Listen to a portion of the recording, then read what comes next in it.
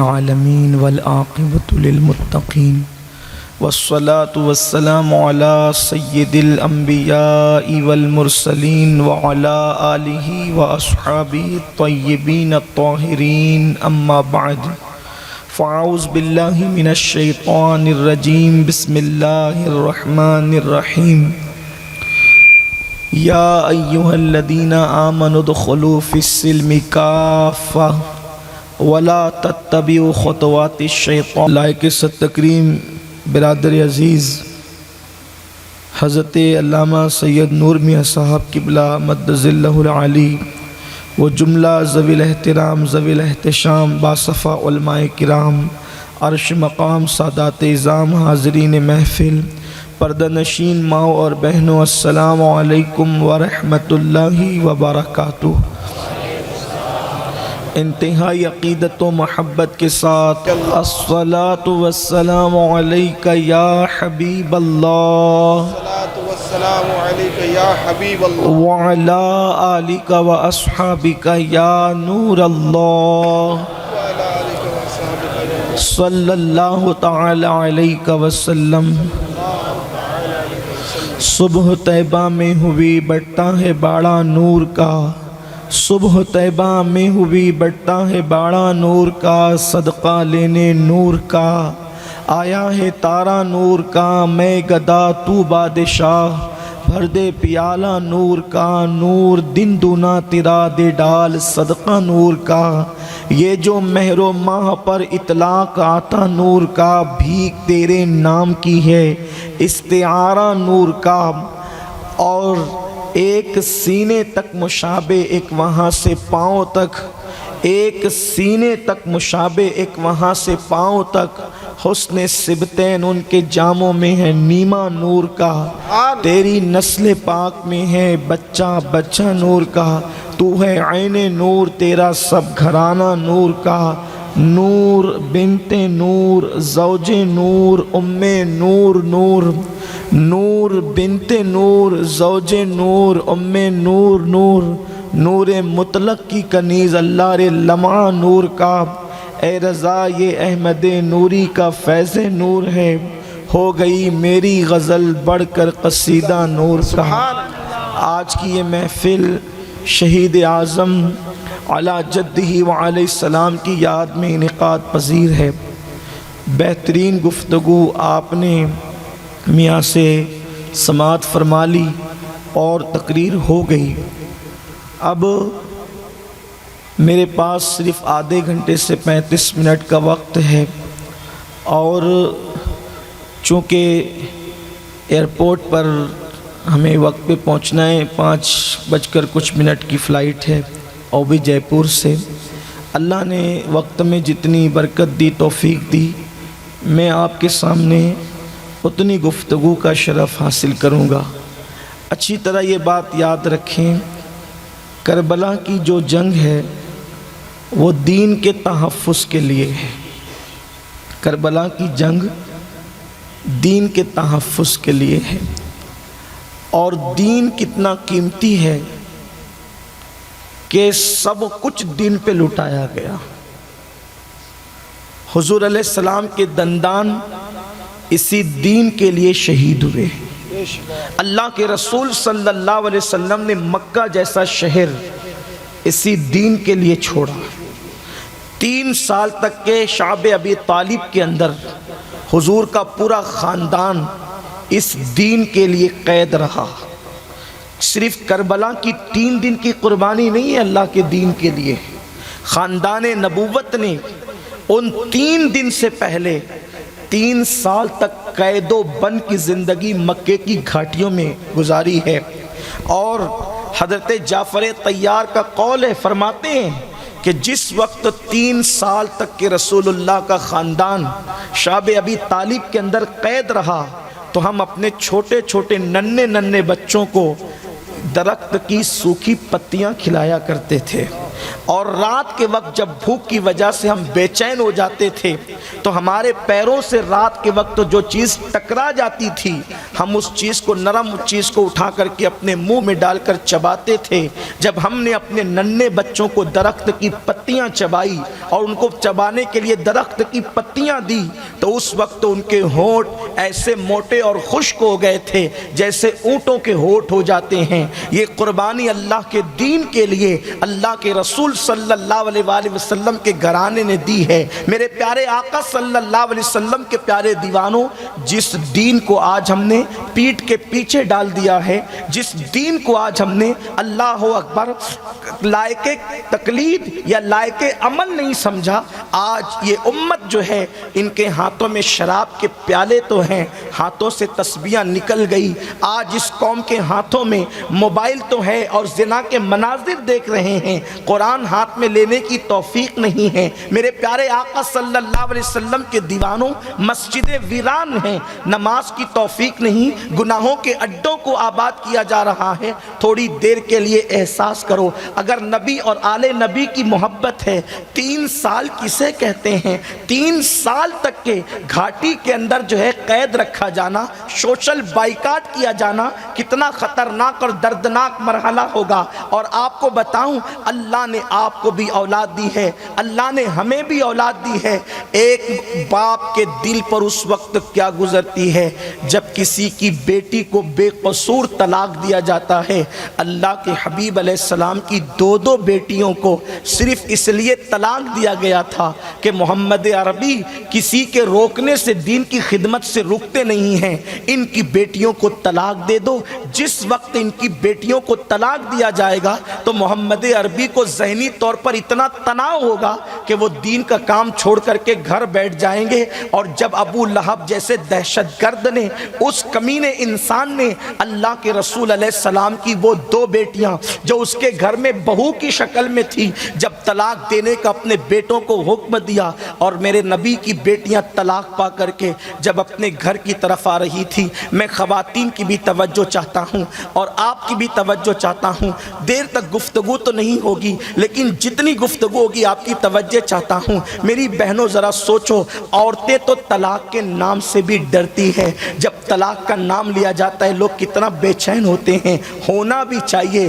بلکہ میرے ملک کے غیر مسلم بھی آج طلاق کے معاملے کو لے کر کے، نیت پتہ نہیں کیا ہے لیکن طلاق کے معاملے کو لے کر کے بڑی ہمدردی کا اظہار کر رہے ہیں۔ میرے پیارے آقا صلی اللہ علیہ وسلم کے پیارے دیوانوں، ذرا سوچو تو صحیح، اللہ اکبر، میرے آقا کی بیٹیوں کو طلاق دیا گیا ہے۔ اللہ اللہ، مسجدوں کو ویران کرنے والوں، داڑیاں مڈا کر گٹروں میں پھینکنے والوں، سود کے کاروبار کرنے والوں، ماہ محرم کے اندر اور بزرگوں کے آراس کے موقع پہ ڈھول پیٹ کر کے اللہ کی شریعت کا مذاق اڑانے والوں، اپنے کانوں میں ایئر فون لگا کر کے رات کے 3 بجے تک غزلیں اور گانوں میں اپنی راتوں کو گزارنے والوں، اپنے بوڑھے ماں باپ کو ستا کر انہیں گھر سے باہر نکالنے والوں، یہ دین، یہ نمازیں، یہ اذانیں، یہ قرآن کی تعلیم جو ہمارے گھروں تک پہنچی ہے، صرف چاند کے 2 ٹکڑے ہونے کے بعد یہ دین ہمارے گھر تک نہیں پہنچا، بلکہ اس کے بعد کتنی محنتیں کی گئی ہے۔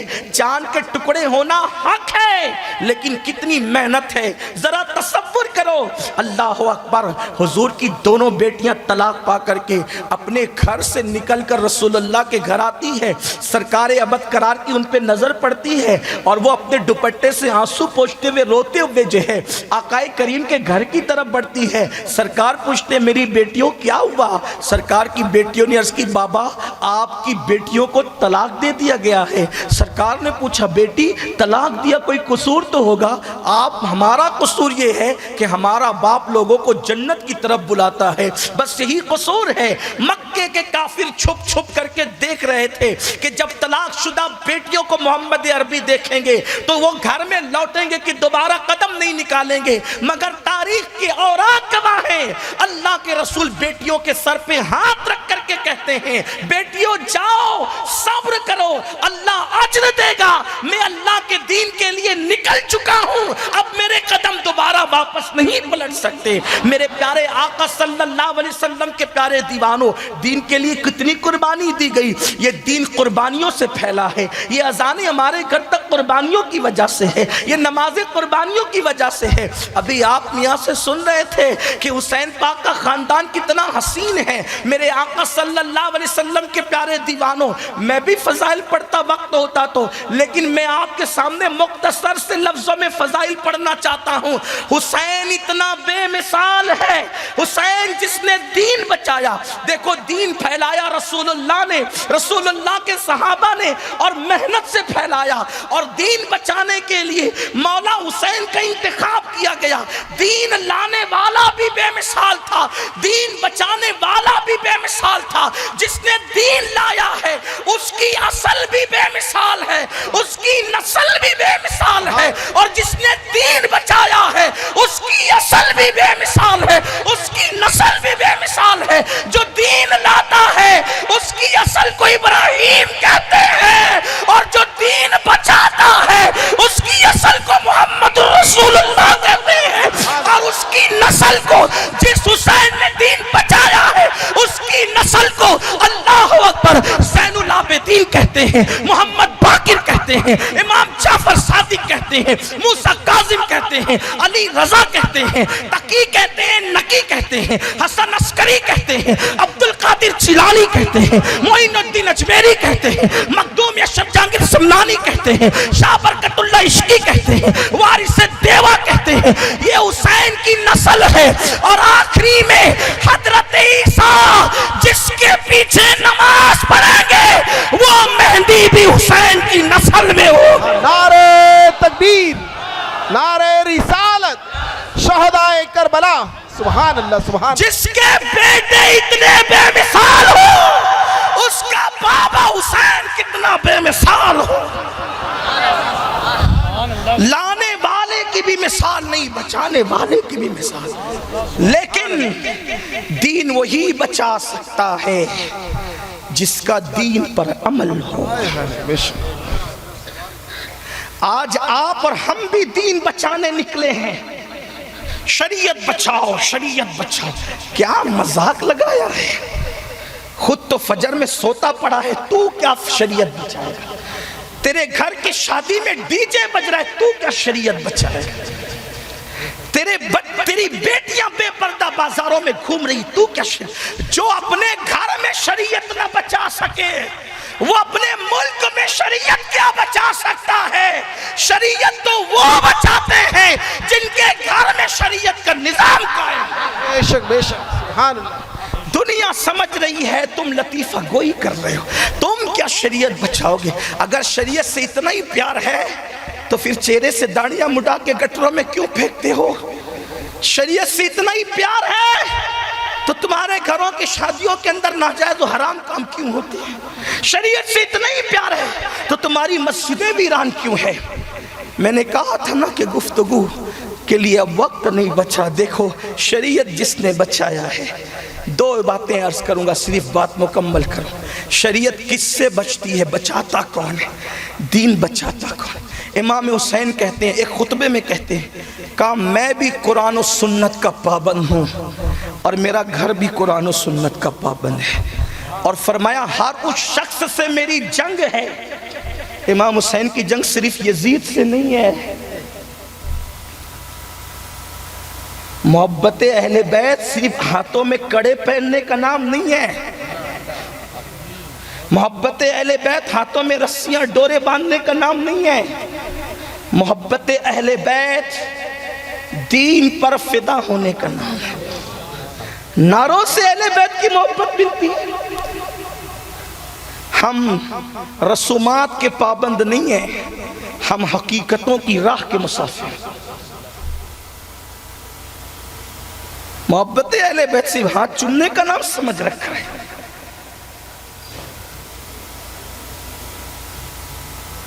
محبت اہل بیت کیا ہے؟ مولا حسین کہتے ہیں میری جنگ ہر اس انسان سے ہے جو میرے نانا کی سنت کی مخالفت کر کے بدعتوں کو رواج دیتا ہے۔ آج آپ کہتے ہیں شام لٹ گیا، یمن جل گیا، بیت المقدس تباہ ہو گیا، مسلمان ذلیل اور رسوا ہو رہے، کیوں؟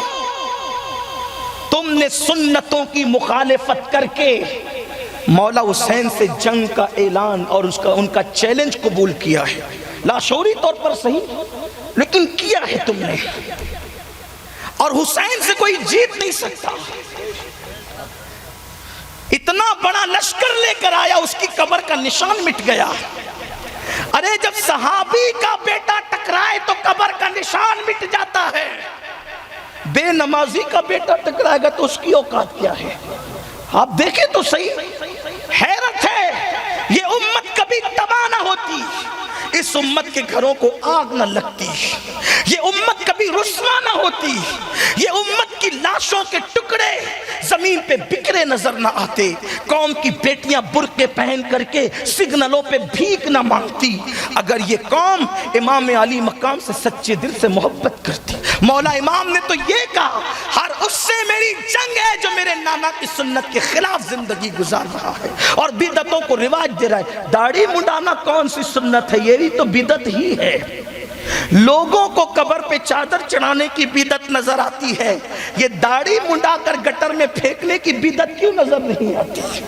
لوگوں کو میلاد کے جلوس کی بدعت نظر آتی ہے، یہ کانوں میں ایئر فون لگا کر گانا سننے کی بدعت کیوں نظر نہیں آتی؟ کہ یہ بدعت نہیں ہے، بدعت کی تعریف یہ ہے، سنت کو مٹا کر جو نیا کام نکالا جائے گا اس کو بدعت کہتے ہیں۔ آپ تو مذہبی بدعتوں کے خلاف اٹھ کر کے کھڑے ہوئے ہیں، جبکہ وہ بدعت نہیں ہے جس پر وعید ہے۔ بدعت تو یہ ہے، کل تک کے لوگ قرآن سنتے تھے، یہ سنت تھا، قرآن کو ہٹا کر کے گانے لے آئے گئے، یہ بدعت نہیں ہے تو اور کیا؟ اس بدعت کے خلاف تم کب اعلان جنگ کرو گے؟ اور مولا حسین کہتے ہیں ہر اس سے میری جنگ ہے جو میرے نانا کی سنت کو مٹا کر بدعتوں کو رواج دے۔ تو میں کہہ رہا تھا کہ کیسے دین کی خدمت کی۔ فرماتے میں بھی قرآن و سنت کا پابند ہوں اور میرے گھر والے بھی قرآن و سنت کے پابند ہیں۔ دو باتیں، کیسے پابند تھے وہ لوگ، آؤ اب ذرا دل کے کانوں سے سنو، ہو سکے تو دل میں جائز مرادیں لے لو، کیونکہ میں کربلا کے میدان پہنچنے والا ہوں آپ کو لے کر۔ کیسے پابند تھے وہ شریف کے دو باتیں بس۔ علی اکبر کٹے، امام قاسم کی شہادت ہوئی، 6 مہینے کے معصوم بچے امام علی اصغر کی شہادت ہوئی۔ اور امام علی اصغر کی شہادت کے بارے میں علامہ عبدالسلام رضوی رحمۃ اللہ علیہ لکھتے ہیں کہ جو سب سے ننھا بچہ تھا ان کا نام تھا علی اصغر، اور ان کی عمر صرف 6 مہینے کی تھی۔ جس وقت امام علی مقام ان کو لے کر کے پانی کا سوال کرنے کے لیے گئے، حالانکہ میری طبیعت نہیں کہتی کہ میں یہ کہوں کہ وہ پانی کا سوال کرنے گئے، جس کے خاندان کی ریت دینا تھی وہ کیسے لے سکتا ہے، لیکن بس بات اتنی تھی، شہداء کی فہرست میں علی اصغر کا نام بھی تھا۔ جو پیروں پہ چل کے جا سکتے تھے وہ پیروں پہ گئے، جو پیروں پہ نہیں جا سکتے تھے اسے گود میں لے جایا گیا، جو گھوڑوں پہ جا سکتے تھے وہ گھوڑوں پہ گئے، جو اونٹوں پہ جا سکتے تھے وہ اونٹوں پہ گئے۔ علی اصغر تیری سواری کتنی خوبصورت ہے، کوئی گھوڑے پہ جا کے شہید ہوتا ہے، کوئی اونٹ پہ جا کے شہید ہوتا ہے، تو اس کی گود میں، تو اس کی گود پر سوار ہے جو راکب دوش پیمبر ہے، جو پیمبر کے کندھوں کا سوار ہے۔ آج علی اصغر اس پر سوار ہے۔ ذرا اس شہید کو بھی تو لوگ دیکھیں۔ اللہ اکبر، میرے مولا نے اپنی آستین کو ذرا توجہ کریں، اپنی آستین کو دل میں مرادیں لیں۔ اللہ اکبر، اپنی آستین کو علی اصغر کے چہرے پر سائے کے طور پہ ڈالا۔ چلچلاتی ہوئی کربلا کی دھوپ تھی، کربلا کے ریت کے ذرات جو ہے، اللہ اکبر، اس تپتی ہوئے ذرات جو ہے سورج کی تپش سے مکمل طور پر ایسے تپ چکے تھے کہ اگر وہاں پر گوشت کا کچھا لوتھڑا ڈالا جائے تو وہ بھون کر کے کباب ہو جائے۔ ایسے میں مظلوم کربلا بی بی سیدہ کا جایا، علی مرتضیٰ کی نگاہوں کا تارا اپنے ننھے سے معصوم کے چہرے پر اکبر، آج اللہ اکبر جس بی بی زہرا کی چادر قیامت کے دن امت کے لیے سائبان بنے گی، آج اس کے بیٹے کے لیے کسی سائے کا انتظام نہیں ہے۔ 61 ہجری ہے، 10ویں محرم ہے، امام علی مقام اپنی آستین کے سائے سے اپنے بیٹے کے سر پر جو ہے وہ سایہ کرتے ہیں اور دھوپ سے بچاتے ہیں، اور ظالموں کے سامنے لے کر کھڑے ہو جاتے ہیں اور کہتے ہیں دیکھو بیعت کا انکار ہم نے کیا ہے، اس بچے کا قصور کیا ہے؟ بچہ روتے روتے کبھی بے ہوش ہوتا ہے، کبھی ہاتھوں کو سمیٹتا ہے، کبھی پیروں کو پھیلاتا ہے، کبھی مٹھیاں کھولتا ہے، کبھی مٹھیاں باندھتا ہے۔ اس بچے کو چند قطرے پانی پلا دو، اگر پانی پلاؤ گے تو پلانے والوں کو احسان کا بدلہ قیامت کے دن دیا جائے گا۔ شمر بدبخت نے اشارہ کیا حرملہ کو، حرملہ حسین کو بڑا احساس ہے اپنے بچے کے رونے کا، آج اس کو ایسے چپ کرا دے، اس کے بعد حسین کا بیٹا کبھی نہ روئے۔ حرملہ بدبخت نے آواز لگائی، حسین اپنے بچے کے رونے کا تجھے اتنا خیال ہے، لے آج کے بعد تیرا بیٹا کبھی نہیں روئے گا۔ عبدالسلام، علامہ عبدالسلام رضوی لکھتے ہیں کہ اس دور میں تیر چلانے کے مختلف تیر ہوتے تھے، ایک انسان پر، ایک جانور گھوڑوں پر، اور گھوڑوں پہ چلانے والا جو تیر ہوتا تھا اس میں خطرناک تیر تھا جس کا ایک نوک نہیں بلکہ 3 نوک ہوتی تھی۔ حرملہ نے جب معصوم علی اصغر کے حلق پہ تیر کا نشانہ رکھا تو انسان پر چلانے والا تیر نہیں بلکہ گھوڑے پر چلانے والا، اور گھوڑے پر بھی وہ گھوڑے والا نہیں جو ایک نوک کا تھا بلکہ جس کی 3 نوک تھی۔ اس نے تیزی سے چلا کر کے کہا، حسین لے آج کے بعد تیرا بیٹا کبھی نہیں روئے گا، اور وہ 3 نوک والا تیر علی اصغر کے سینے میں پیوست ہو گیا، علی اصغر کے حلق میں پیوست ہو گیا، اور علی اصغر کا حلق چیرتے ہوئے امام کے بازو میں پیوست ہوا۔ معصوم بچے نے باپ کی آغوش میں آخری جھرجھری لی، اور اتنا پیاسا تھا وہ شہزادہ کہ آواز بھی نکل نہ سکی، ہلکی سی آواز نکلی اور ہمیشہ کے لیے چپ ہو گئی۔ مولا امام حسین نے فوراً اپنے بیٹے کے حلق سے تیر کھینچا تو خون کی پھوار نکل پڑی، خون کی پھوار نکلی، امام نے ہاتھوں میں خون سنبھالا، آسمان کی طرف جو ہے وہ کرنا چاہا، پھینکنا چاہا تو آواز آئی قیامت تک پانی نہیں برسے گا، زمین کی طرف ڈالنا چاہا تو آواز آئی اناج نہیں اگے گا۔ امام نے چہرے پہ مل کر کے کہا، قیامت کے دن حسین اسی حالت میں تیری بارگاہ میں حاضر ہوگا، اور ننھے سے معصوم کا لاشا ہاتھ میں اٹھا کر کہا، اللہ 18 سال کی جوان قربانی قبول کی ہے، 6 مہینے کی ننھی سی قربانی بھی قبول کر لے۔ اللہ اکبر، اللہ اکبر۔ پھر اس کے بعد کیا تھا میرے آقا علیہ السلام کے دیوانوں؟ تو جو 2 باتیں عرض کرنے چلا تھا، احساس ختم ہو گیا۔ ہم نے کربلا کو صرف داستان سمجھا ہے، ہم نے اس کا کبھی ادراک نہیں کیا، اس کی معرفت حاصل نہیں کی، کیا قربانیاں دی گئی ہے۔ علی اصغر شہید ہو گئے، علی اکبر شہید ہو گئے، امام قاسم شہید ہو گئے، سب کی شہادت کے بعد ہوا کیا؟ خیمے جلا دیے گئے، بیویوں کے زیور چھین لیے گئے، حتیٰ کہ سیدہ سکینہ کے کانوں کی بالیاں نوچ لی گئی۔ معصوم سکینہ کے کان کی بالی نوچی گئی، کان کٹ گیا۔ شاید سکینہ نے سوچا ہوگا کہ مجھے پہچانتے نہیں ہے، تو کہنے لگی کہ ہمیں پہچانو، ہم کون ہیں؟ میں حسین کی یتیم ہوں، میرا باپ شہید ہو گیا ہے۔ جانتی تھی کہ عرب والے یتیموں پر بڑا رحم کرتے ہیں، کہتی ہے کہ حسین کی یتیم ہوں، میرا نام سکینہ ہے۔ تو ظالموں نے رحم کرنے کی بجائے چہرے پہ تماچے مار کر کہا، اب بھی تمہارے نسب کا غرور ختم نہیں ہوا؟ امام زین العابدین جس گدے پر سو رہے تھے، بیمار بلکہ بے ہوش تھے، ان کے نیچے سے وہ گدا بھی کھینچ لیا گیا، بیویوں کی چادریں چھین لی گئی، اور بیویوں کو ریت پر کھلے آسمان کے نیچے بٹھا دیا گیا۔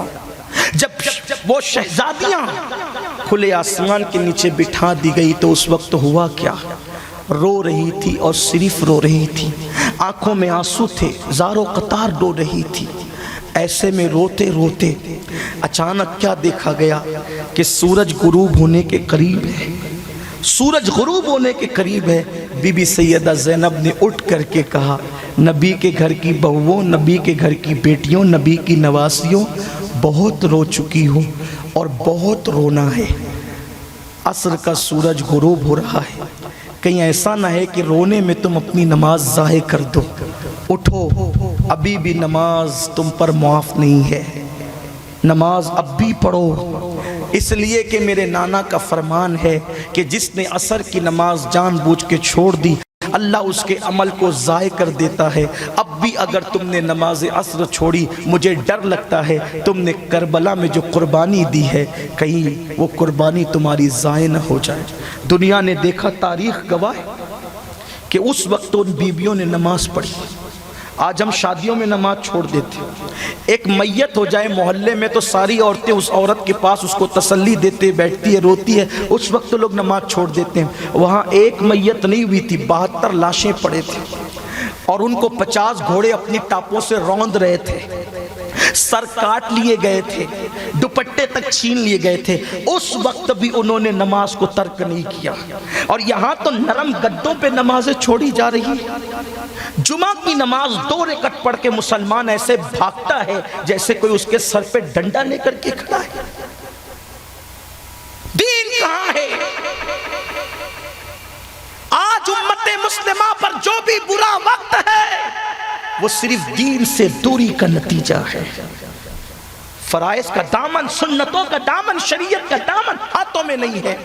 اور دوسری اور آخری بات، کیا شریعت کی پابندی تھی؟ شریعت کی پابندی کیا تھی؟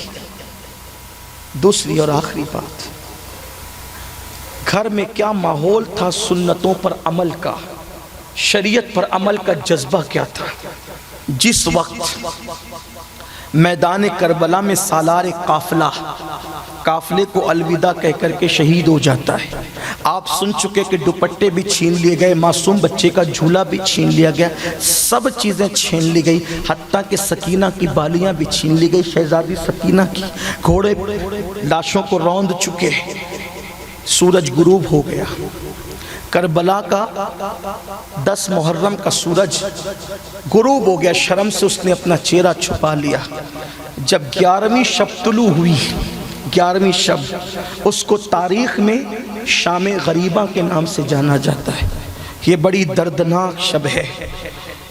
کل رات تک جن کے خیمے جوان شہزادوں سے گجگجا رہے تھے، کل رات تک علی اکبر تھے خیمے میں، قاسم تھے، محمد بن علی تھے، عبداللہ ابن علی تھے، عباس ابن علی تھے، ابو بکر ابن علی تھے، عمر ابن علی تھے، عثمان ابن علی تھے، حضرت مسلم ابن عقیل کے بیٹے تھے، ان کے بھائی تھے، خیمے گجگجا رہے تھے جوانوں سے۔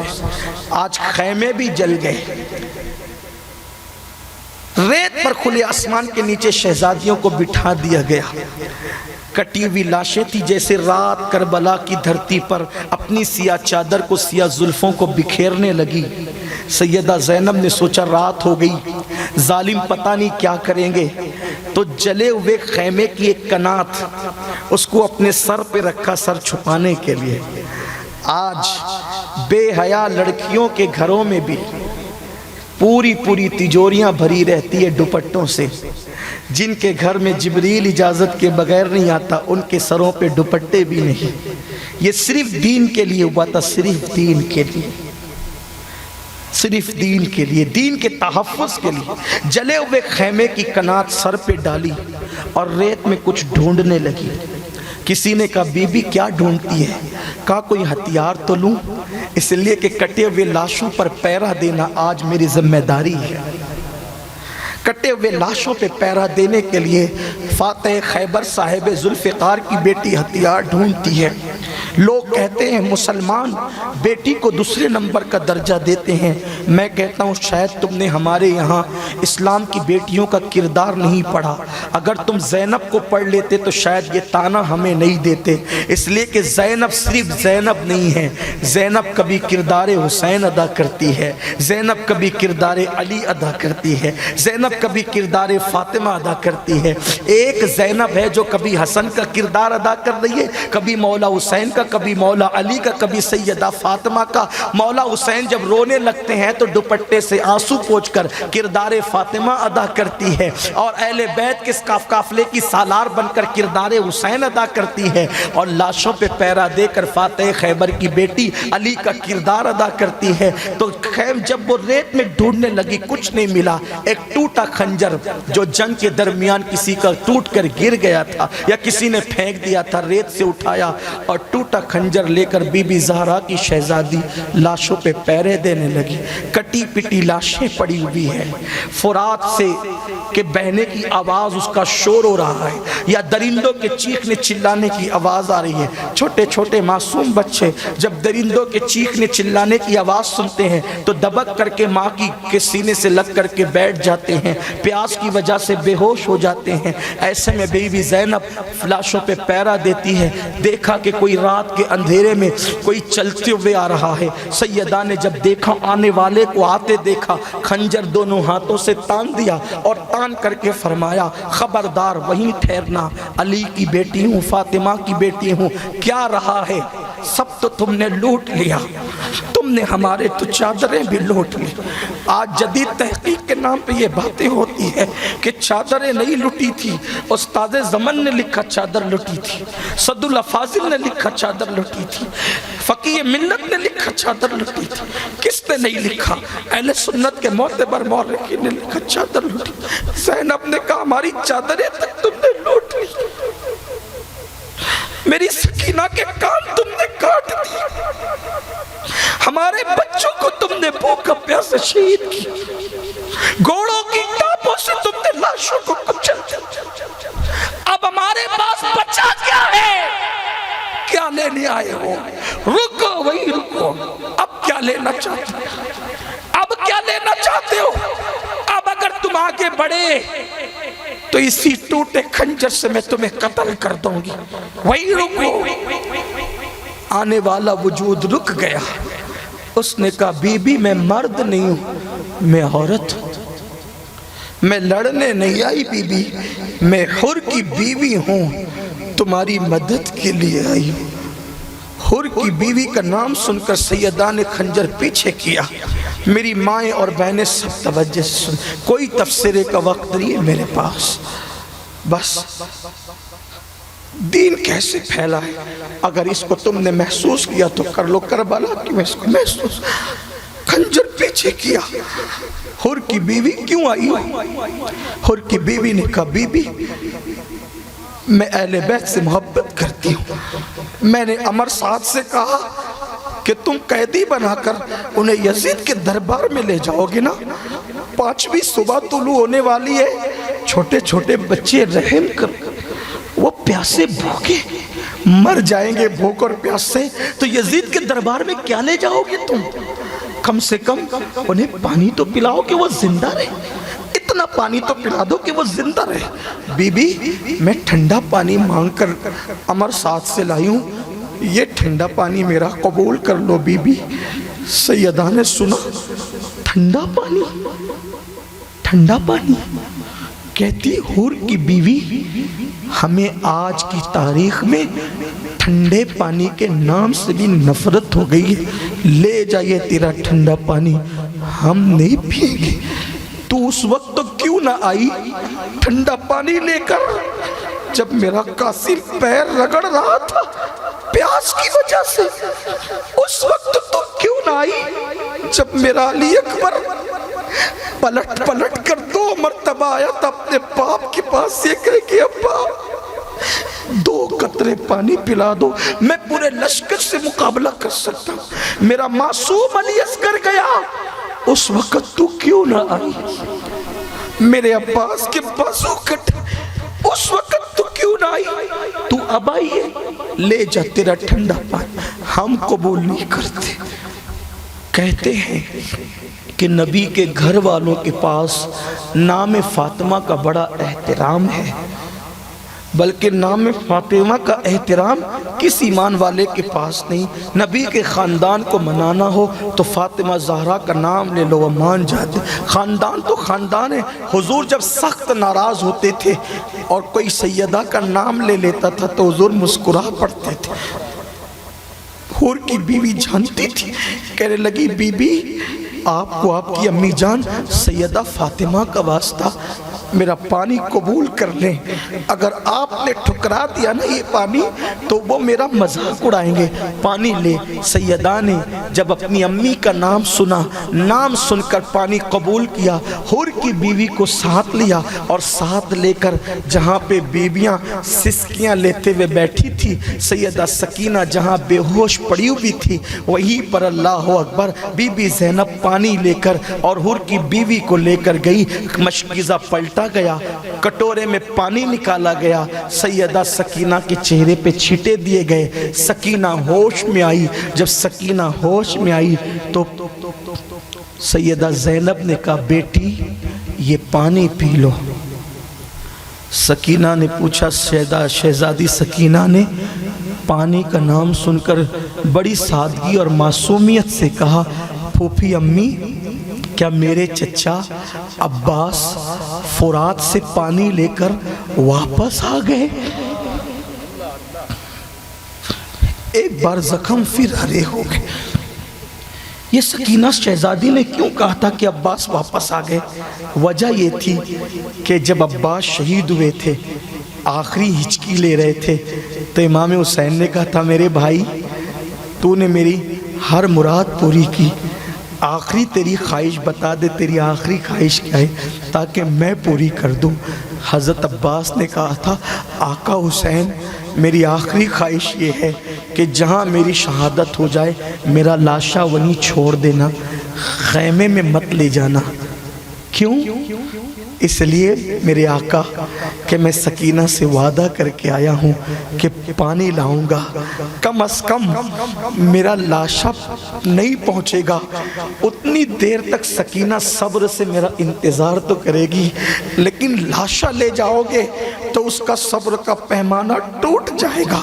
میں اس کے صبر کے پیمانے کو ٹوٹنے نہیں دینا چاہتا. مجھے جہاں شہادت پائی ہے وہی چھوڑ دینا. اسی لیے جناب عباس کا لاشا جو ہے ان کا مزار جو ہے شہداء سے بہت دور پر واقع ہے, جو گئے انہوں نے دیکھا ہے, اس کی وجہ یہ ہو سکتی ہے. تو بہرحال سیدہ سکینہ نے پوچھا پھوپھی امی کیا میرا چچا عباس فرات سے واپس آ گیا؟ سب بیبیاں رونے لگی اور سیدہ زینب نے کہی سکینہ تیرا چچا اب وہاں چلا گیا ہے جہاں جا کر کوئی کبھی واپس نہیں آتا. میری بیٹی تیرا چچا کبھی پلٹ کر نہیں آئے گا. تو کافی پانی کون لایا؟ تو سکینہ سے شہزادی سکینہ سے بی بی زینب نے کہا بیٹے یہ حور کی بیوی پانی لائی ہے, پانی پی لو. سکینہ نے پھر بڑی معصومیت سے پوچھا پھوپھی امی کیا آپ لوگوں نے پانی پی لیا؟ حور کی بیوی پانی لائی تھی تو آپ لوگوں نے پانی پی لیا؟ سیدہ نے کہا نہیں بیٹے نہیں. کیوں؟ اس لیے کہ ہمارے نانا جان کا فرمان ہے کہ جب کھانے پینے کی کوئی چیز آئے تو پہلے چھوٹوں کو کھلاؤ پلاؤ, پھر بعد میں بڑے کھانا پینا. 5واں دن نکلنے والا ہے اور یہ سنت کوئی واجب کے درجے میں نہیں ہے, صرف حضور کا فرمان ہے, سنت ہے. حالانکہ سنت ہے بہت بڑی بات ہے, اس کی تحقیر نہیں ہو سکتی. سیدہ نے کہا بیٹے نانا کا حکم ہے, فرمان ہے کہ جب کھانے پینے کی چیز ہے تو پہلے چھوٹوں کو کھلاؤ پلاؤ پھر بڑے.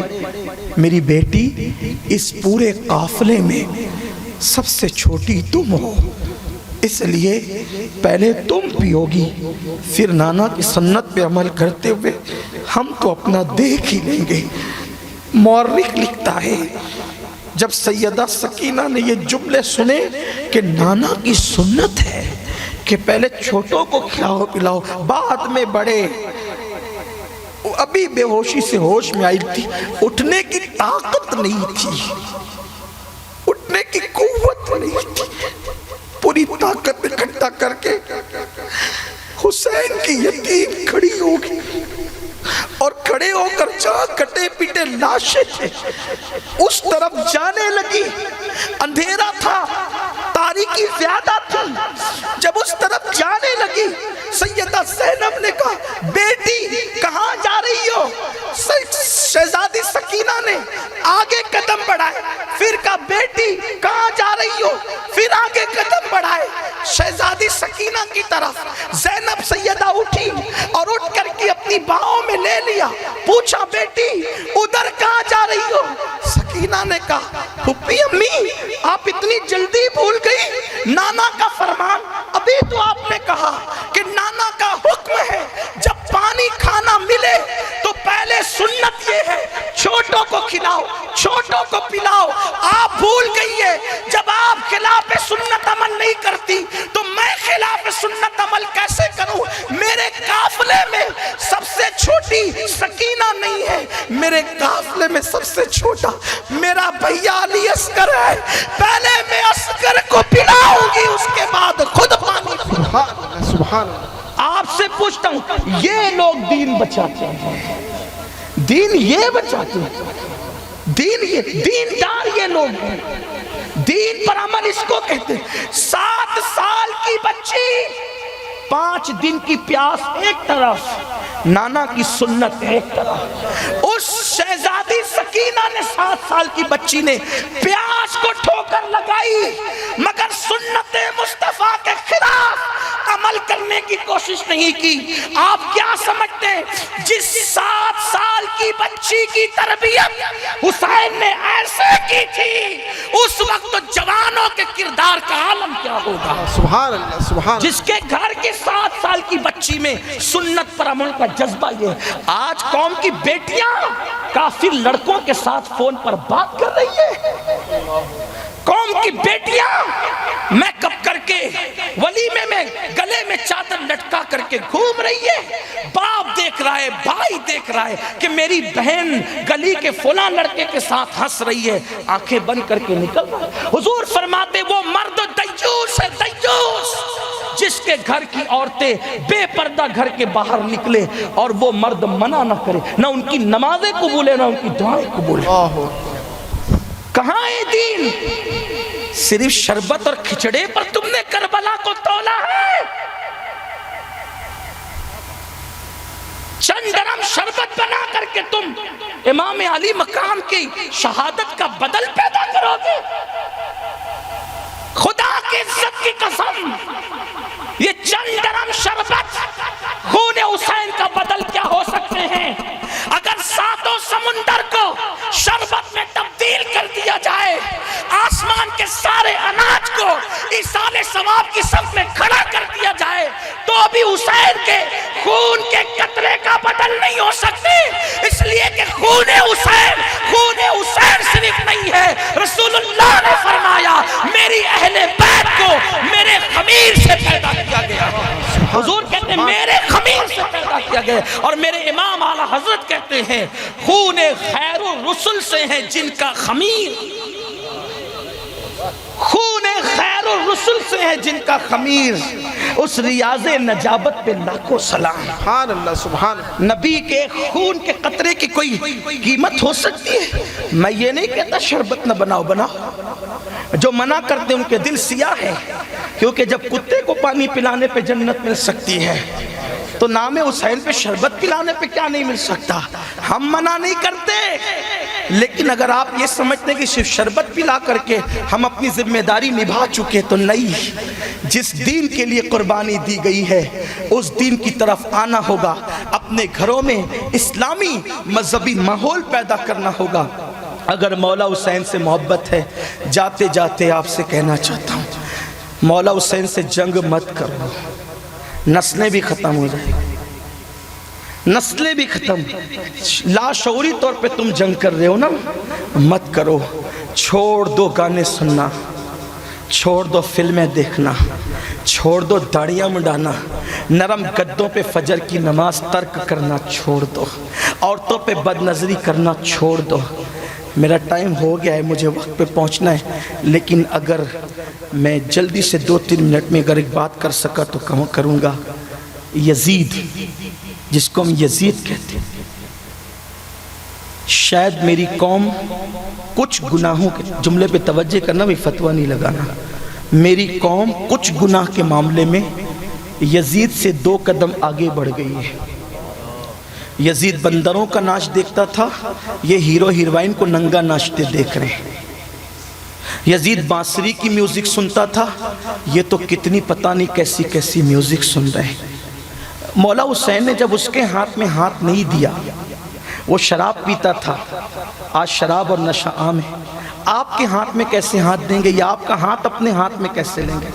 جنت تو ملنا اسی کو ہے جس کو حسین کے بابا نے چٹھی دینا ہے نا یہ حدیث؟ مطلع القمرین اٹھا کر دیکھیں تو اس کے مرتضوی اٹھا کر دیکھیں، کیا ہے نہیں یہ؟ سرکار نے فرمایا پل صراط سے پار وہی ہوگا جس کو علی چٹھی دیں گے، یہ کہا نا سرکار نے، حسین کے بابا جس کو چٹھی دیں گے جنت میں وہ جانا ہے۔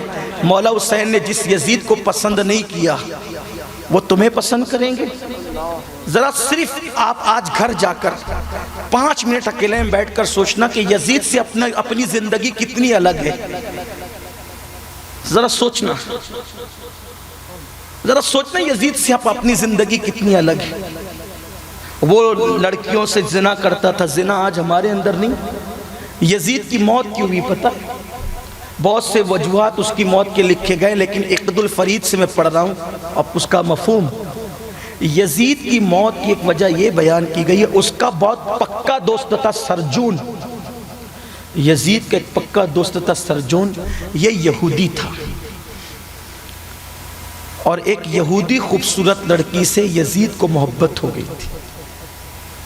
یہ بات بھی میں کہنا چاہتا ہوں، اگر برا نہیں مانیں گے تو کہوں گا، جس کے دل میں یار بستا ہے اس کو فرصت ہی نہیں ہے کسی سے پیار کرنے کی۔ آج میری قوم کے جوان اس سے آنکھ لڑا رہے، اس سے آنکھ لڑا رہے، اس سے باتیں کر رہے، اور کون ہے یہ؟ عاشق رسول ہے۔ ہنسنے کی بات نہیں ہے یہ میرے دل کا درد ہے۔ ایک فقیر صرف آہو فغاں ہی کر سکتا ہے اور کچھ نہیں کر سکتا۔ آج آپ حالات پہ رو رہے ہیں، مسلمانوں کی آنکھوں میں چھرے مار کر کے ان کو نابینا اندھا کیا جا رہا ہے۔ ایک ایک لاش کے چھرے، ایک ایک لاش پر چھرے اتنے ہیں کہ اس کو گنا بھی نہیں جا سکتا ہے۔ آپ واٹس ایپ اور سب پہ دیکھ رہے ہو، یہ سب دیکھ رہے ہو نا؟ وجہ عشق رسول نہ رہا، عشق رسول نہ رہا۔ عاشق رسول تو بہت کہلا رہے ہو لیکن عشق رسول نہ رہا۔ ارے جن کے دلوں میں عشق رسول تھا وہ تو پہلی رات کی بیوی چھوڑ کر نبی کے قدموں میں جان قربان کرنے آ گئے۔ نبی نے پکارا، پہلی رات کی بیوی چھوڑ دیا، تم کیسے عاشق رسول ہو؟ نبی کو چھوڑ کے عورتوں پہ زنا کی طرف جا رہے ہو؟ سوچو تو صحیح نا۔ کڑوی تو آپ کو اچھی نہیں لگتی، لیکن میں نے تو کبھی آپ کی پسند کی کہنا ہی نہیں ہے، میں نے تو وہی کہنا نا جو اپنے رب کی پسند۔ دھوکہ مت دو اپنے آپ کو، جس کے دل میں یار بس، وہ حبیب اتنا خوبصورت ہے نا جس کے دل میں بس جائے، پھر وہ تو اللہ سے بھی پیار کرتے تو یہ کہہ کے کرتے ہیں۔ جس کے دل میں نبی بستے ہیں نا، جب وہ اللہ سے بھی پیار کرتے تو یہ کہہ کے کرتے ہیں کہ میں اللہ کی عبادت اس لیے کرتا ہوں کہ او رب محمد است، کہ وہ میرے محبوب کا رب ہے، اس لیے میں اس کی عبادت کرتا ہوں۔ اور یہ کسی مسجد کے مولوی نے نہیں کہا ہے، یہ مجدد الفسانی نے مکتوبات شریف میں کہا ہے کہ اللہ سے مجھے محبت اس لیے ہے کہ وہ میرے محبوب کا رب ہے، او رب محمد است، وہ میرے محبوب کا۔ سوچو تو صحیح،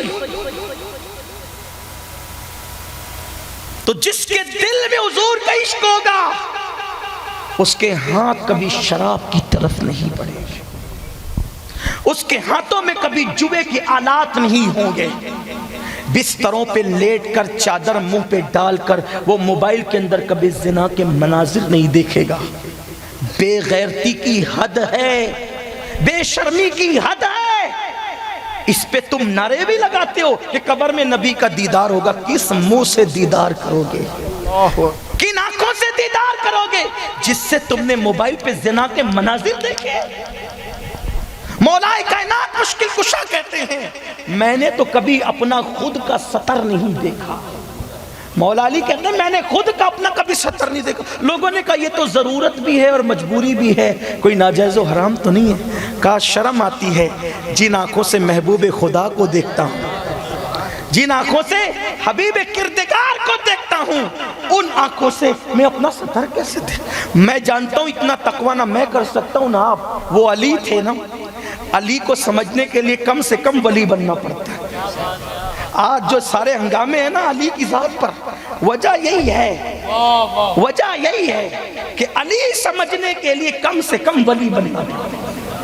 ہاں کم سے کم ولی بننا پڑتا ہے، ورنہ علی تو اس ذات کا نام ہے نا، علی اس ذات کا نام ہے کہ اللہ کے رسول صلی اللہ علیہ وآلہ وسلم کے غلاموں، حضرت صاحب مزاری علامہ مرزا مظہر جان جانا رحمت اللہ علیہ کے چہیتے مرید و خلیفہ حضرت قاضی ثناء اللہ پانی پتی لکھتے ہیں کہ علی اس ولی کو کہتے ہیں کہ آدم علیہ السلام سے لے کے عیسیٰ علیہ السلام تک جتنے انبیاء ہوئے ہیں، سارے انبیاء کی قوموں میں جتنے ولی ہوئے ہیں، ان سب کو ولی بنانے والے کا نام علی مرتضیٰ۔ سبحان اللہ۔ جو پیدا ہونے سے پہلے ولایت بانٹتا ہے اس کو علی کہتے ہیں، اس کو علی کہتے ہیں۔ یہ مولا مشکل کشا ہے، پیدا ہونے سے پہلے اتنا دیا، بعد میں کتنا دیتے ہیں۔ لیکن ہم اہل سنت ہیں، ہمارے یہاں خلافت علی ترتیب ہے، ہم نہ روافظ ہیں نہ تفضیلی ہے، ہم لوگوں کے یہاں یہ نہیں ہے، ہمارے یہاں خلافت علی ترتیب ہے۔ صدیق اکبر کا پہلا نمبر ہے، فاروق اعظم دوسرے ہیں، عثمان غنی تیسرے خلیفہ ہیں، اور مولا مشکل کشا چوتھے خلیفہ۔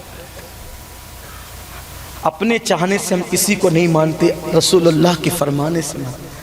حضرت محبوب الہی کو امیر خسرو سے بہت پیار تھا، سارے مرید سوچتے تھے کہ جانشین خسرو ہوں گے، لیکن جانشین بنایا نصیر الدین چراغ دہلوی کو۔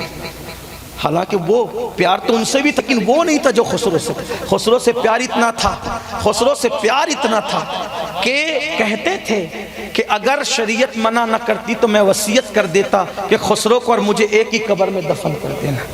تو سب لوگ سوچتے تھے جو ایک قبر میں دفن ہونے کی بات کرتا ہے جانشین انہی کو تو بنائیں گے، لیکن جب لوگ جانشینی کا اعلان ہوا نصیر الدین کا، تو لوگوں نے کہا نصیر الدین، تو جواب دیا نظام چاہے خسرو اللہ چاہے نصیر۔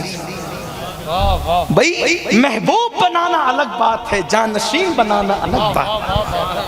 خسرو نظام چاہے خسرو اللہ چاہے نصیر، تو اللہ کی مرضی کے بغیر نہیں ہوتا۔ اب اللہ اکبر، حضور نے محبت تو بہت کی علی سے، بلکہ یہ کہہ دیا کہ جس کا میں محبوب ہوں اس کا علی محبوب ہے۔ من کنت مولاہ فاحظ علی جنجن، میں جس کا محبوب ہوں اور جتنا محبوب ہوں اتنا علی محبوب ہے۔ تو محبت علی کو، ولایت علی کو لازم کر دیا، لیکن جب جانشین بنانے کی بات آئی تو اپنے مسلح پر اس کو کھڑا کیا جو مسلح کا حقدار تھا، ہے نا؟ اللہ چاہے نصیر، نظام چاہے خسرو، یہ تو حقیقتیں تو اللہ جانتا ہے، رسول اللہ جانتے ہیں۔ میں نے جتنا سمجھا خلافت کے مسئلے کو اتنا بیان کر دیا۔ تو اپنی مرضی مت چلاؤ، محبت الگ چیز ہے۔ ارے محبت تو علی سے اتنی ہے کہ جب لشکر روانہ ہو رہا تھا تو حضور دعا کر رہے تھے جب تک علی کو نہ دیکھوں محمد کو موت نہ آئے۔ لوگ دعا کرتے ہیں اللہ مرتے وقت نبی کا جلوہ نصیب فرما، نبی دعا کر رہے ہیں جب تک علی کا چہرہ نہ دیکھوں اس وقت تک مجھے موت نہ آئے۔ غور کریں، محبت یہ ہے۔ اللہ اکبر، بات دور نہ نکل جائے تو میں اپنی بات سمیٹ رہا ہوں۔ میرے آقا علیہ السلام کے دیوانوں، یہ مولا علی ہے، کہتے ہیں کہ جن آنکھوں سے میں حضور کا جلوہ دیکھتا ہوں، ان آنکھوں سے میں اپنا سطر کیسے دے۔ حالانکہ ہم اتنے متقی نہیں ہو سکتے، لیکن میرے عزیز کم از کم ہیرو ہیروئن کو ننگا ناچتے تو نہ دیکھو نا۔ اور جو لوگ، اگر آپ یہ سمجھتے ہیں نا میں نماز بھی پڑھوں، تلاوت بھی کروں، پھر راتوں کو موبائل میں گندگی بھی دیکھوں، پاپ بھی کروں، اللہ کے رسول نے صاف بیان کر دیا جو دن کی عبادت گزار اور رات کے پاپی ہیں، اللہ ان کی عبادتوں کو ایسے ضائع کر دے گا جیسے ریت کے ذرے بکھرے ہوئے۔